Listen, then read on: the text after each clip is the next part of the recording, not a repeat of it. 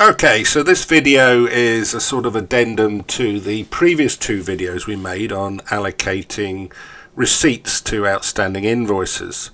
What we've done to the software is added the facility to over-allocate now, so it pushes in any over-allocations as an overpayment into Xero.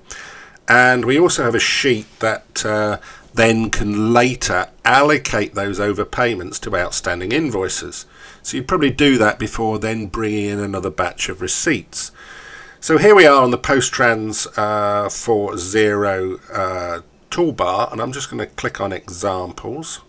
And here you can see a list of examples that come with PostTrans, and here we've got a whole load on receipts and payments. I'm just going to double click on one. What we're going to do is we're going to bring in some receipts. We're going to pretend we're going to bring in some receipts from file. But first of all, what I'm going to do is I'm going to create a whole series of sales invoices using one of our templates to bring in sales invoices. So you can see here they're for two different contacts and they've got this reference and they're all £150 outstanding.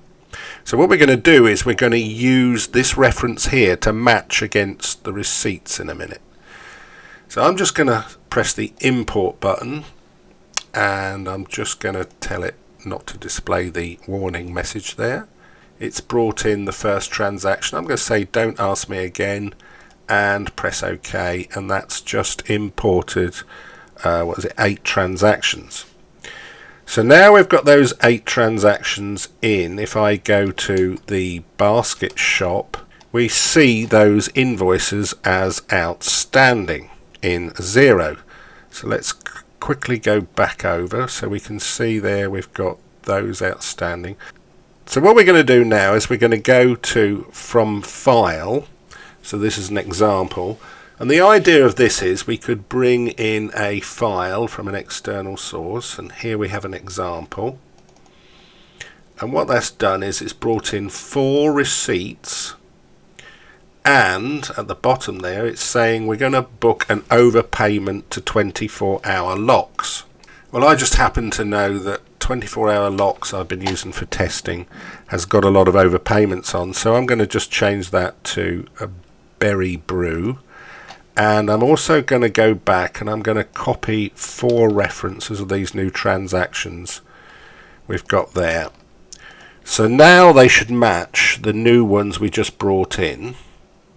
So what we can see here is we've got a payment date, the payment amount, so that's the receipt amount, and its reference.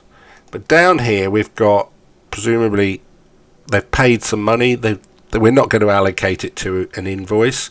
So if we fill in this column here with the contact, it will bring in an overpayment of £1,000.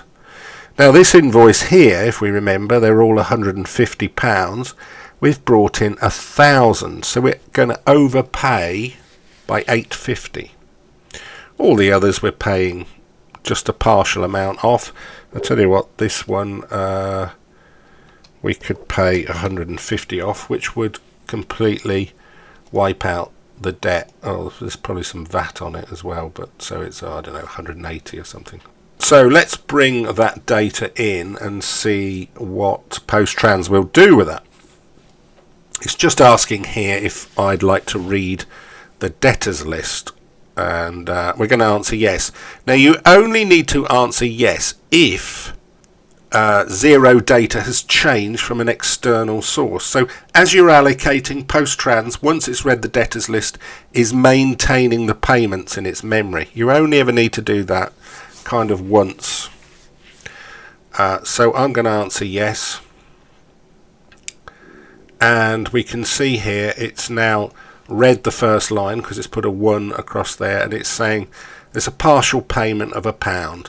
Now I didn't explain we have a tolerance set up here, and this is new because basically there's an option 1 which is always got to be the exact amount, or 2 which is anything equal to or less than, so you can do partial payments, and then 3 which allows anything to be booked against, and if they're overpayments then it's going to book an overpayment record in. Anyway, we're going to allocate 1, so this is this receipt here with this reference, £1, to that invoice it's matched. And I believe there, oh yes, look, this says basket shop. Now if I don't want to see this screen, I just say do not ask again, but we're just going to watch the screen for a moment to see what it's up to. So that's posted that receipt in. The next one is an overpayment. You see it says 820. Oh yes, because it's 180 minus the 1,000 or whatever we're pushing in. So we can book that in. And then we've finally got several others. I'm just going to say don't ask again. And now that's posted that in. We'll see the evidence in a minute. But look here, the overpayment on this receipt here was filled in here. So if you had several thousand receipts on the spreadsheet, you could then filter that and you can then get yourself a list of what was overpaid. It's also written overpaid in the status there. Okay, so shall we look at the outcome of that? Let's refresh that account. And there we can see we've paid off one of them with our payment record. So I guess the overpayment, I don't know whether we can resize this so we can partially see it all on the screen. So really that overpayment which went to invoice 2, which was, oh, it's the ABC Furniture Company. So let's just switch back to the ABC Furniture Company. Look at their account. Now we've got an overpayment of 820, and that paid off invoice 2. Okay. And Brewberry, we brought in a payment of so hang on, let's just look at the sales overpayment. There we go, overpayment reference. So if we go to Brewberry,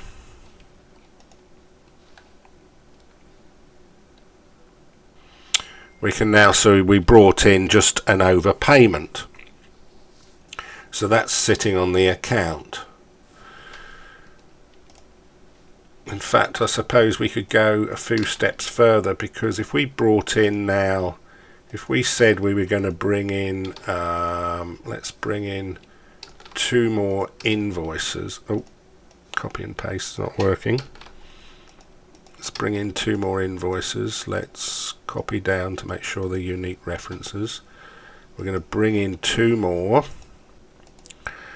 because then we can match them off against our overpayment, because the next facility, the next add-on we've created is an overpayment allocation sheet. So there we've got the 1,000, and we've just brought in 2 invoices into that account, so we might be able to pay those. So let's see the over allocation spreadsheet work. So here we're saying we've got an extract mode here. So that says just bring in the overpayments. You can bring in all the debts as well if you want, but I'm just going to press the extract button, and that's just warning me what I'm going to do. That's reading all the overpayments. Oh, we've got a lot here because I've been testing, but you can see there the 2 transactions I just brought in. It's saying that there's an overpayment of 1,000, and we can allocate £180 to each one. Now it's brought also in the ID. Now that's the ID of the overpayment, so we just disregard that, but that's an important bit of data it's using to match off this invoice here to those overpayments. So that's why that's there. So now I could automatically allocate all of that.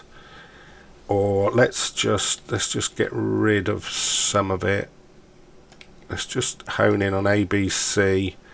There we go. We just made the data a little bit smaller. So I hope that makes sense. Basically, it's drawn down anything, any outstanding invoices for any account that's got an overpayment and allocated what the outstanding invoice is for.